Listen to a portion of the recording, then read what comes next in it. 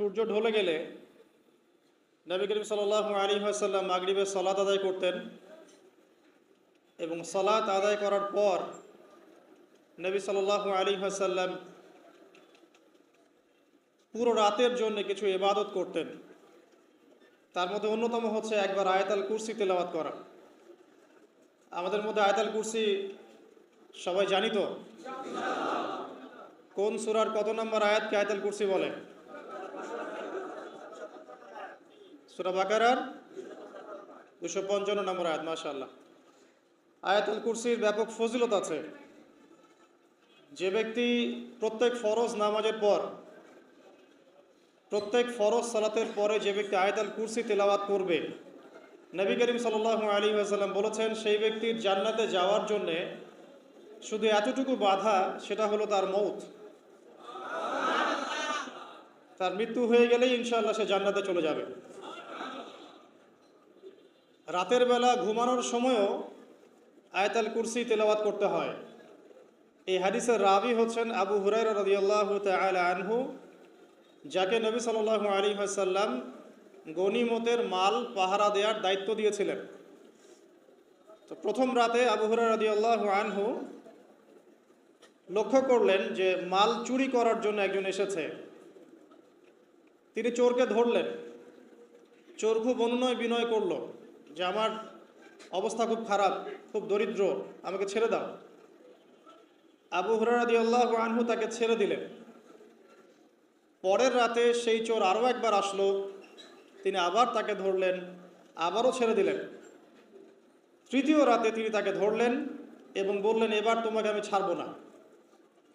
তখন সেই ব্যক্তি বিখ্যাত সাহাবী আবু হুরায়রা রাদিয়াল্লাহু আনহুকে বলছেন যে আমি তোমাকে বিশেষ একটা আমল শিখিয়ে দিব, যে আমলটা করলে পরে রাতের বেলা শয়তান তোমার নিকটবর্তী হবে না। তো আবু হুরায়রা রাদিয়াল্লাহু আনহু বলছেন, কি সেই আমল, শিখিয়ে দাও, যদি শিখিয়ে দাও তাহলে ছেড়ে দেব তোমাকে।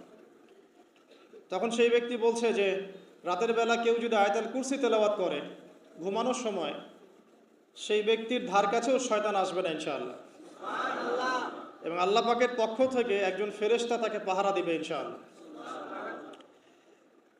তো রাসূলুল্লাহ সাল্লাল্লাহু আলাইহি ওয়াসাল্লাম পরের দিন ফজরের নামাজে আবু হুরায়রা রাদিয়াল্লাহু আনহুকে দেখে মুচকি মুচকি হাসছেন যে তোমার রাতের সাথীর কি খবর।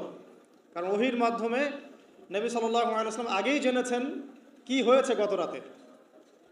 এটাই আল্লাহ পাকের ওয়াহী, যেটা কোনো বিজ্ঞান যুক্তি দর্শনের ব্যাখ্যায় আসবে না। আসবে? আসবে না।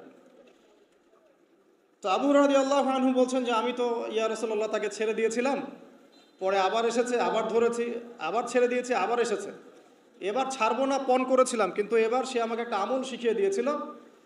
তো এই আমল শেখানোর বদৌলতে আমি ওকে ছেড়ে দিয়েছি। কি আমল?